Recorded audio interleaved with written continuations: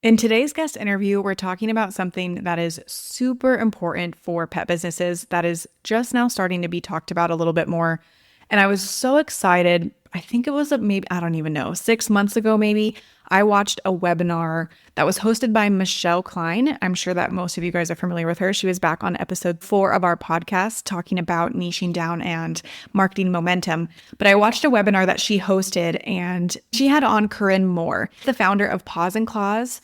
She actually is a brand and website design client of ours, and she came on to talk about data and tracking numbers in your pet business. And I thought this was absolutely incredible because, again, it wasn't something that is often talked about in the pet industry. And I was so excited to see that it was coming to the forefront.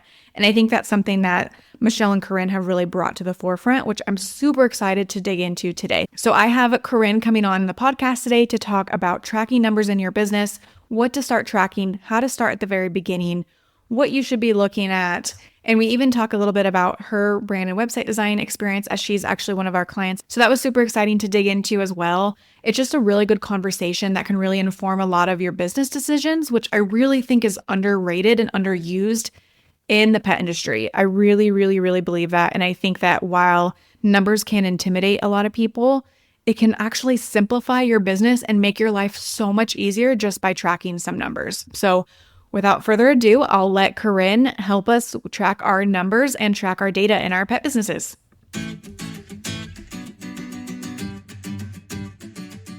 Welcome, Petpreneur, to the Pet Marketing Unleashed podcast. I'm your host, Michaela Vargas, founder, designer, and educator behind Pet Marketing Unleashed. This podcast is all about growing your pet business without the stress. Here, you'll find episodes packed with actionable tips and advice for streamlining your online presence, avoiding burnout, and onboarding new clients while you're away from your desk or out with the dogs. So pop in those earbuds and learn stress-free marketing and website strategies with me while you head out on your next dog walk, pet sitting visit, drive to your next session, or just wherever your pet business takes you next. Let's dive in. Before we get into all things data, which I'm super excited to talk about, I would love for those who do not know you yet, can you share a little bit about your journey from Marine Corps veteran to pet business owner and also now, incorporating pet business data strategy? Yeah, absolutely. So my name is Corinne Moore. I own a dog walking and cat sitting company in Madison, Wisconsin. And I actually started out working for my company under my big sister being the boss. It was a fun experience. Actually, she was a really good boss. Then I went off, did my own thing, went to the military, went to college, and when my sister said that she was selling, I jumped at the opportunity. So that's kind of where I got my company from. It was a family company, and I took over in 2019.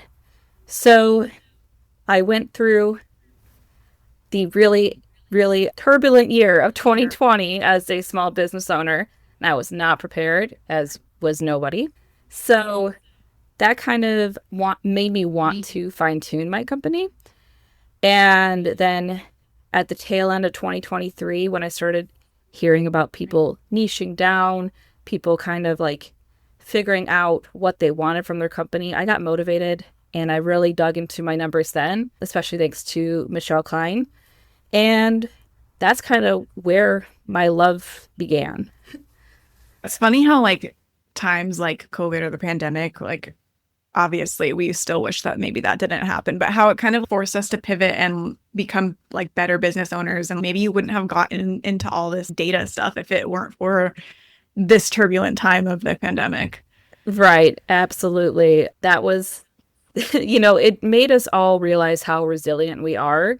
I think entrepreneurs in general are resilient, just resilient folks in general, but going through that experience definitely changed us. Yeah, for sure. So would you say that going through the pandemic and everything was what sparked your interest in tracking data, or how did you get into even looking at data? Because I'd say that majority of pet business owners are not okay, I'm going to start a business and I want to track my data because I'm super into data. How did you really get into that? Well, when I went to school originally, I was going for accounting, and I got, I loved Excel. I loved Excel. I still do. And I've always been a numbers person. But admittedly, during the pandemic, I kind of closed my eyes and I was like, I don't know what's going on. It's fine. Everything's fine. Just because I just couldn't handle it. I had a baby at the time. I was just trying to keep us afloat. So But in 2023, I actually ended up in the ER for stress and anxiety. And that was when I realized something in my business needs to change. And I'm not going to feel good about changing my business until I know where we stand. And so that's when I really dug in and decided to really track everything. That's so cool. I feel like you just gave me the chills. I'm like, I love when there's like these, like, not that I hope for anybody to end up in the ER, but like the wake up calls sometimes are so like, they can change everything. And the ability to look at it and be like, okay, something needs to change. I need to look at the data and to, inform these decisions, which is so smart because a lot of times you can just like, I need to just quit or I need to, just, I don't know. I love that you really looked at what is the smart decision here moving forward. Yeah, and it's hard because I feel like a lot of us, we're so tied to our businesses as like part of our identity. So when that is kind of crumbling, you're like, I don't know where to go from here. So I think Mhm. looking at your numbers, looking at your data and your metrics can really help you figure out, okay, where do I go from here? Yeah, no, that's really smart. And it's something that too, when I interview people in podcasts, there's always ways to like lean it into so many different situations. So like for me, for example, as a mom, it's like looking at like how can you simplify your business and how can like different ways you need to pivot as like just life, right? Whether you're having a baby or like you're going through a change or you want to do something different instead of just being like, well, I need to like pare down the business and now like shrink it. No, actually, let's look at data. Let's see what we can do from data to actually change things there. Yeah, absolutely. So why do you think so many pet business owners avoid their numbers or feel intimidated by them? So I think that a lot of us in this industry maybe got into this industry not intending to be a business owner from the start. I think we kind of, a lot of us at least, I'm not trying to generalize, but a lot of us kind of find ourselves in this position where we become one because we, are doing well doing pet sitting by ourselves or solo or what have you. I know I'm a different case because I actually like purchased my company, but I think that, the love and the passion that we have for pets like leads us to become business owners without necessarily knowing what it takes to be a successful business owner. So a lot of us just learn on the job. We go in just not knowing. Whereas if you've gone into, get an MBA or what have you, you might have more experience with the business side of things first. So I think that folks just don't know where to start. It's overwhelming. You're trying to learn so much stuff on the job when it comes to contracts and employees and everything that you would not think about when you're solo necessarily or when you're smaller. Um, and then you realize that, oh, I need to like figure out some of the business side more. So it's just, I think people just aren't experienced in it, maybe.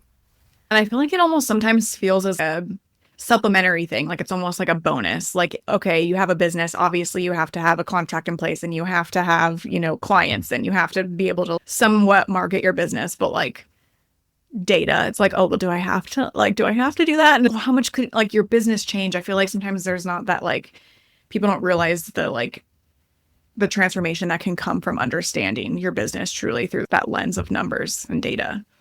Right, exactly. And like you said earlier, it really can inform decisions. I think it's great to track data and metrics, obviously, but I've had a lot of people that have approached me and been like, I had no idea to even think of tracking this because they're doing well on their own, but it's like you could, elevate your company or make it work more for you if you know your numbers. Yeah, absolutely. And that's something too, despite being a designer and a creative, I'm actually very like type A. Like I love data. And so when I learned about like Michelle, and then I actually joined that webinar you did with her way back, I don't know, a few months ago or something like that, where you guys talked about data. And I'm like, oh my gosh, people are talking about data. Like, you don't see that. You don't see that very often, specifically in the pet industry. So that's why I'm so excited to talk with you about all of this. But I'd love to learn a little bit more about how, you said everything with like in terms of your timeline, you got the business in 2019, you had to go through the pandemic. Something had to change for you. Can you share a little bit more about what that looked like? How did you start looking at the numbers? How did that help your business? Yeah, absolutely. So I ended up joining Michelle Klein's mastermind just because I saw her Facebook posts around the time when I was like in the ER. I was extremely stressed. I was not having a good time personally. Um, and she really inspired me.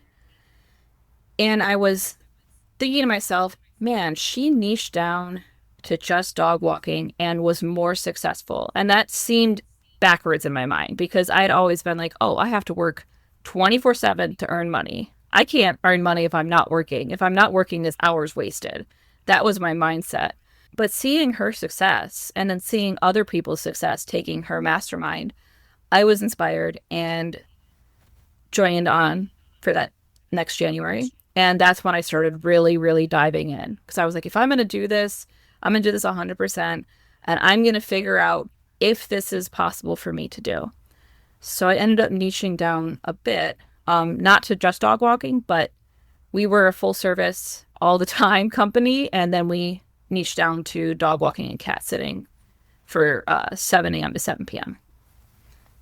That's awesome. I love that too because and we'll talk about this a little bit later that you're actually one of our brand and website design clients. So you were actually one of our first clients that were very specific and like, this is my offering. And it, even from the user perspective of like, I come across your website, you have two branches of service. It's like simplifies it so much. And like, it's just like we have the dog walking side. There's a page for it specifically for searches. And then same thing with the cat sitting. It's very clear when you niche down rather than being like full pet care. It's like, well, what does that mean? And what do I need? And what are all these different visits and what is this? It's so it can be Yes. kind of confusing. Yep.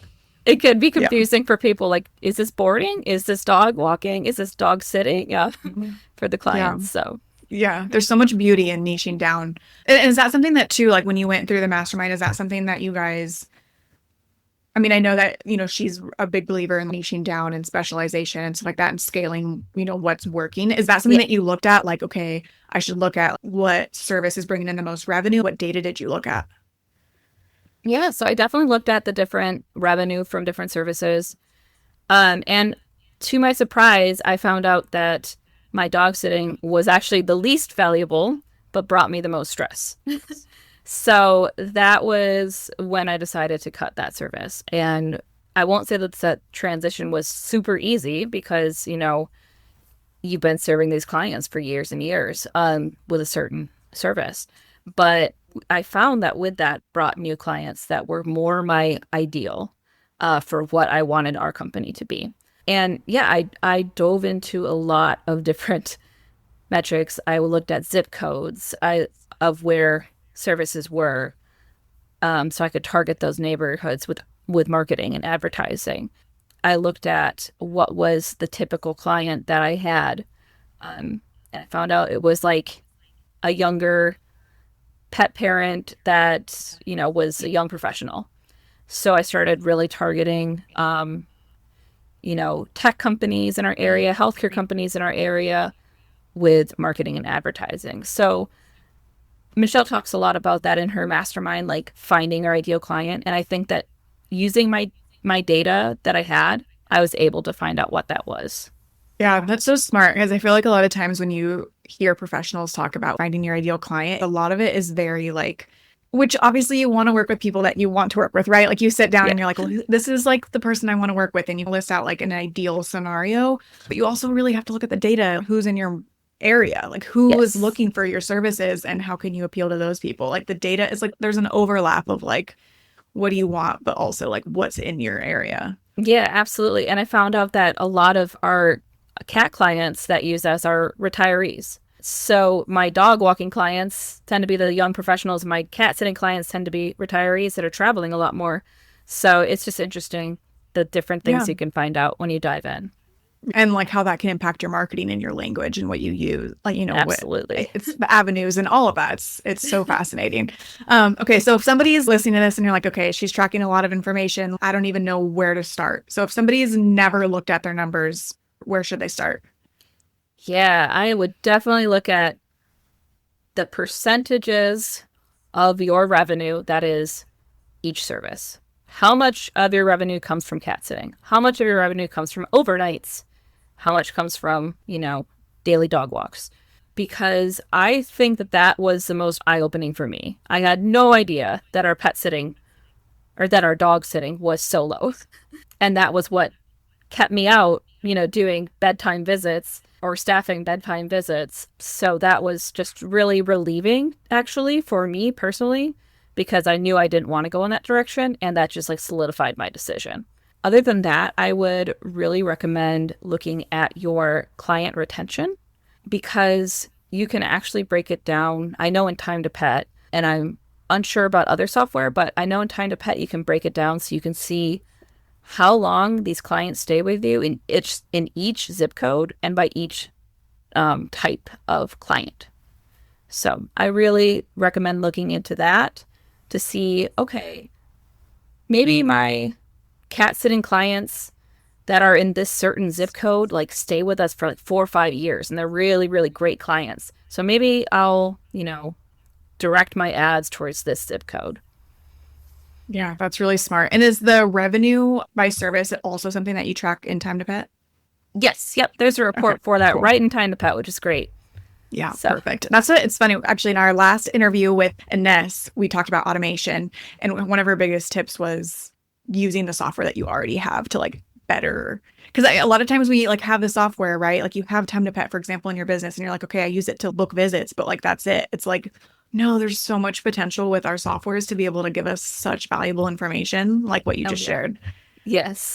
That's wild. I love that. There's of reporting in Time to Pet that if you like really just like spend a few hours just looking at the reporting functions and you'll find a lot of information that is really useful. Yeah, for sure. Okay, so you talked a little bit about revenue by service. You talked about client retention. Are there any other ones? I know there's also from a marketing perspective or employee or contractor perspective. What sort of metrics can you track with that? Yeah, I would absolutely recommend doing employee retention as well and see how long your staff stays for. So make sure that your training costs are worth it. And like maybe if your employee retention is too low, look at how much am I compensating? Am I giving any benefits? Am I helping my company culture to make these employees want to stay longer? Or am I doing something like, am I missing something on the communication side as a manager, as a boss? Employee retention, I think, is a really vital thing to know. And then as far as the marketing thing, I think like finding those target avatars, like we discussed, I think that that's a great thing to do. And just really just taking a step back because we all have these like preconceived notions about what our company is. But if you actually take a step back and look at the data from a non-biased standpoint, you might be surprised. A lot of times our businesses are our babies. And so we really have to look at it like as the data is just the numbers. Like, what are the numbers telling us? And I think removing ourselves from it a little bit can really inform and help us make better decisions.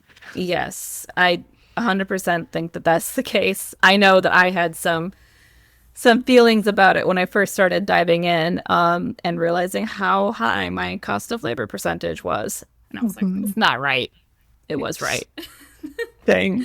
Yeah, I feel like the hiring and like staff conversation is such a tough one too, because I know that a lot of people do struggle with keeping employees and finding good quality employees. And so being able to track the data and seeing where those holes are can really help. And sometimes you can find out that maybe we should be doing things a little bit different. And that can be hard as a business owner to be like, yeah, maybe this one's on me a little bit. It's not just like, it's not that everybody else sucks. Maybe we need to go back in and like refine our onboarding for employees and staff members. Oh, 100%. That was one of the most valuable things that I did, um, which was, some advice that I had gotten from Michelle and was also reflected in my numbers was to send out a survey to my employees. And I just had it like anonymous. And I was like, how do you feel about working here? What's your biggest pain point with this company? And the info I got from that really shaped my journey as a manager and as a boss because I realized I was in my own little bubble and maybe the things that I liked, they didn't. So I think great to pull your employees. Yeah, that's really smart advice. Making sure that everybody's happy and what can I do better and all of that is super. See, it's like data from another kind of perspective. It's like subjective data. Right. Yeah. I love Just it. love data. Yeah, exactly. If you're a pet care business that wants to level up, then this is for you. The Dogco Business Summit is in Winston-Salem, North Carolina, September 26th to the 28th. We still have tickets available, and we just announced that we are going digital. So you can get your in-person ticket or your digital ticket at dogcosummit.com. Are there any like often overlooked numbers that you think are so crucial that people should not be avoiding? Cost of labor. That's my number one. I have a lot of people that ask me questions about data, of course, and I'm happy to answer them, And a lot of them are about cost of labor and like, what should my cost of labor be? Which I think is kind of dependent, right? If it's dependent on if you're out of the field 100%, it's dependent on, there's some states that you have to pay like the full mileage. So you have to like kind of understand that maybe your cost of labor might be a little bit higher than in other states, stuff like that. So yes, the cost of labor, I think, is probably the most important thing because a lot of us, I don't know, it's like we almost feel this need to compensate our employees well, which I believe we should, but we also need to recognize that it is a business that has to be profitable in the end. So raise your rates, maybe hire your employees on at a different rate. It just, yeah, you have to dive into that one.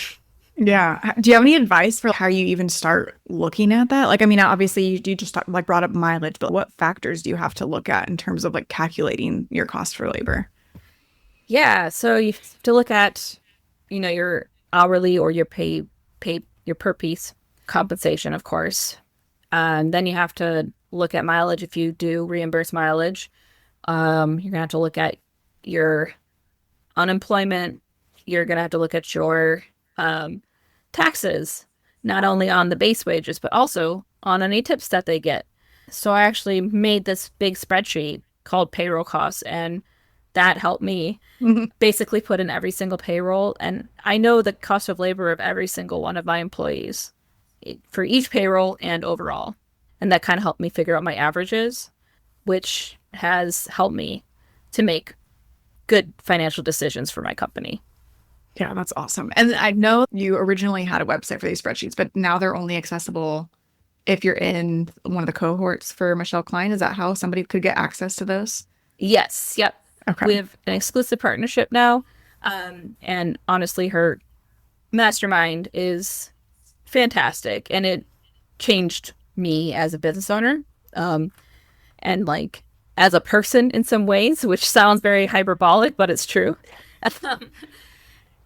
But yeah, that's how you can find them. Okay, perfect. Yeah, I highly recommend Michelle and those spreadsheets because yeah, I mean, and speaking of data, I mean, that's something that she even posts too, like the average ROI from working with her, which is like super fascinating to see. She tracks the data. So just a little pitch for Michelle there. So as far as how often people should be checking their numbers, do you have any advice around that? Yes, I would say it depends on how confident you are and how much of how ready you are to know your numbers, because I think it can kind of be a gut punch at the start. So if you're not ready, maybe look at it once every couple months and just start from there. If you are like, I'm going to figure out what's going on, do it once a week. But I think it just like depends on where you're at. Let it digest, because sometimes it can be kind of jarring, and sometimes it can be great and give you the confidence. And you're like, okay, yeah, I know my numbers now, and I'm going to do this thing, and then do it weekly. Yeah, that's really good advice. I feel like too, that whole 80-20 rule, that 80% of your revenue comes from 20% of what you're actually doing. And so I feel like sometimes though, while it can be really intimidating to look at your data, it could allow you to let go of so much. It could actually simplify your business in so many ways. 1000%. Absolutely. Yeah. Can you give some examples of decisions that you or even some of your clients or people who had access to the spreadsheets or something like that? Do you have any like decisions that you've been able to make thanks to tracking data that you probably wouldn't have made otherwise? Yeah, so I've had some other people say that they have cut certain services because of their data and how it looked. I've had other people say that they've really ramped up their marketing towards certain areas or certain types of clients. I've had other folks say that, they started delegating different tasks because I have this like spreadsheet on time tracking, and it really goes into it in like a kind of numbers way, which is just very nerdy of me, but it goes into like how many hours do you spend on like revenue generating things versus non-revenue generating things? How much time do you spend on things that you're confident in versus you just couldn't care less about? And so it's like giving them, some opportunity to delegate and see what they're not happy with, or that they might not be as efficient at as somebody else, and delegate that to somebody else on their team.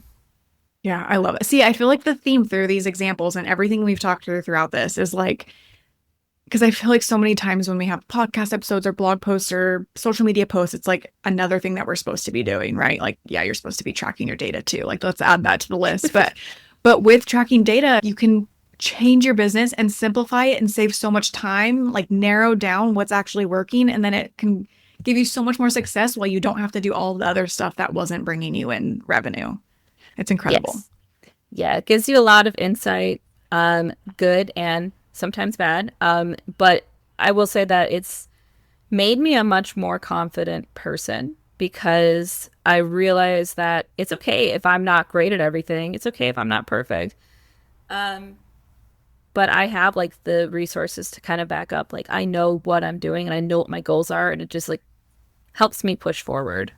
Yeah. And you know what's working, so you know what to do more of, and you know what didn't work, so you can let go of it. It's so fascinating. I think too, like a lot of times people do think that like, data has to be super complicated, but a lot of times your reporting systems like Time to Pet or something like that can actually just do the data for you. It's just a matter of actually looking at it or knowing what you're looking for.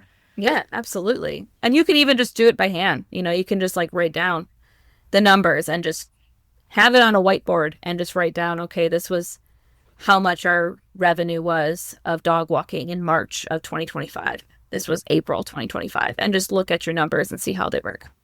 Right. Absolutely. And hopefully be able to let go of some things. Yes. So I'd love to shift gears a little bit, because you are also a brand and website design client of ours. So I couldn't resist talking about that a little bit. I'd love to know like what made you decide it was time for a brand and website design refresh. Yeah, absolutely. I loved my experience. It was really, really great. I got referred to y'all by one of my friends, Maris, who had a fantastic experience with y'all.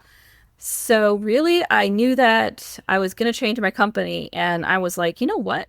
I'm going to change the whole vibe of this. So I really wanted to go with like a fun and bold and like we went to a more on-demand service for dog walking. So I really wanted to go with like the we'll be there, and also, we're really professional, and we're also pretty cool. Like, we're pretty fun. So You definitely have a cool brand. yeah, I love Biased, but yeah, I love it.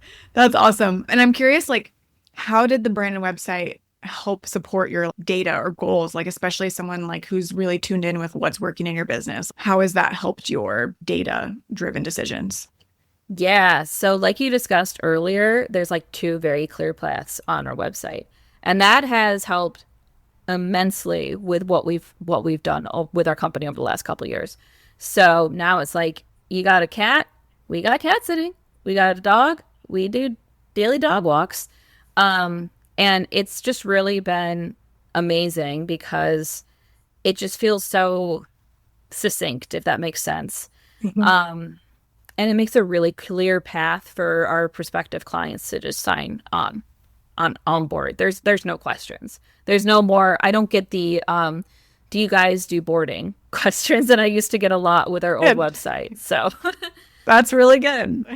Yeah. I love it. And that's something too that like not necessarily like data per se, but looking at what works and what doesn't on websites and how it can help save you time and refine down the process. It's almost like a big funnel. Here's all the options you have for being a business owner, and let's like bring that funnel in a little bit and get things working for you so that it can actually save you time and make better decisions and all of the things. And I love that about your website too, because it is so, I don't know what it is about the pet industry, or maybe this is broadened outside of the pet industry, but I feel like a lot of times we want to put all sorts of information on our website, like everything on there, and it can really easily confuse potential clients. And so when we got to work on your website, it's like, this is so straightforward. It's clean. And people like straightforward and clean. They want it to be so easy. We don't want them to burn calories trying to interpret what's on your website and what's right for them. They want to be like, yes, I want to work with them. I know exactly what I'm doing. I know exactly how to sign up. It should be very straightforward. Yeah, I love it. We've had a great experience with it. It's just like 1, 2, 3, bam, you're a client. Yeah, I love it. We're meeting, and it's great. It's been a real game changer for us, especially as we, focus more on, the regular, the on-demand. Everything is quick, fast. I love that. And that it encapsulates everything too. You have all of the touch points on there. You have very modern type of touch point, which you want a modern brand if you're doing the on-demand type vibe as well. Like it all kind of works together very succinctly, which is awesome. And if anyone wants to see her website, it's Paws and Claws, WI for Wisconsin.com. And I'll link it in the show notes too, because it's seriously one of my favorite websites ever. Like it's so cute. I love it. I love the colors too. And I love all the like Madison incorporations and the like landmarks. It's a good website. Yeah, that's one of my favorite things is there's like the Capitol building is like our big thing in Madison. And so you guys took the Capitol building and just made it like part of this graphic that's really cool. And that's one of my favorite things of the website. So yeah, shout out to Cagney. She did a fabulous job on that. I love just looking at it. Yeah, she really did. She went above and beyond. Yeah, it's awesome. Well, thank you for sharing your experience on that. I love to see how that overlays within like data and making decisions and how it's streamlined, how all that kind of works together under one umbrella. So it's cool that you have this data expertise, but also we're clients who can see how it all works together. Yeah. I wish I could figure out like the data of like our previous website. I know. And now. I know. We've talked about that, and I feel like it would just be so complicated for a lot of our clients to have to go in and pull data from old websites before, like I'm like, I don't even know if it's worth it, even though I know that like the data is there. I feel like it would just complicate things, but I'd love to get those because I hear things like more unofficially, like, I know we get more traffic, we get more leads from Google, like that sort of stuff. But like seeing it from, if we had like a 12-month view of the previous website to 12 months of the new website, like how that trajectory like grows would be awesome. Yeah, it's definitely helped our SEO and our ranking and everything. So it's been great. That's awesome. I love it. Okay, so if someone's feeling super overwhelmed with data and where should I go from here, what is one small step they can take this week to start getting a handle on their numbers? Oh, that's a great question. I would say just write something down. Whatever your pain point is. Is your pain point your staff? Is your pain point your you don't want to do dog sitting, or you're not sure if you want to do cat sitting anymore, what have you. Whatever it is, write something down, a little goal, and then say, okay, that's my pain point, and I'm going to figure out some data when I'm ready to help me solve this. I love that. And see if your software can tackle it for you too, because that would be nice. Is there anything else that you want to share about data or any advice that you have for any of our listeners revolving around anything we talked about today? Yeah, you don't have to be a numbers person to look at your data. I hear that a lot. Like, oh, I'm not a numbers person, which not everybody is, and I respect that. But there's a lot of different things that you can do. A lot of, like you said, the reporting in the software that does it for you. And it's okay to be a little scared, but you don't have to be a numbers person. Yeah, that's really good advice. Yeah, that's good advice. And perhaps, your business will be simplified and made easier, and you'll have more time in your day if you just take a quick peek at some of those numbers. Oh, So before we wrap up, we end every guest interview with this question. What is one mindful practice or tip that you yourself do in your daily life to help reduce stress and burnout as a business owner? I do 3 things a day. I write down 3 things that I need to accomplish that day. If I do more, that's great. But my goal is to get those 3 things done. Anything after that is just, the cherry on top. Awesome. Where can everybody find you and connect with you? Yeah, so you could find my dog walking company, Paws and Claws, wi.com. Check out the really cool website that PMU made. And then as far as the spreadsheets, they're available in Michelle Klein's Dog Co. Mastermind. So you can find those there. I think that her mastermind is really worth the investment, and you get the spreadsheets too. So that's pretty cool. That's true. It's like a double win. We'll link all of that below. I believe Michelle's at dogcolaunch.com as well. But yeah, thank you so much for your time. I love talking data, and I love that this is a conversation that's being brought up in the pet industry because it's so important and can save people so much stress and time. So thank you for being willing to hop on and talk about it. I think this will really be so helpful for so many of our listeners. Yeah, absolutely. It was a pleasure to be here. Thanks for listening to the Pet Marketing Unleashed podcast all the way to the end. You're the best. If you loved what you heard, please share the podcast with your pet biz friends. Make sure you subscribe so you don't miss an episode, and leave us a 5-star review. We love to hear what you think of the show, and we are so grateful for all the support and love you show by sharing the podcast with others. And don't forget to stop by our website, petmarketingunleashed.com, where you'll find a ton of resources, recommended tools, blogs, templates, courses, and more to help you grow a stress-free and fulfilling pet business. Here's to saving time, ditching the stress, and standing out from the pack. Thanks again so much for listening, and I will be back soon with a new episode. Bye for now.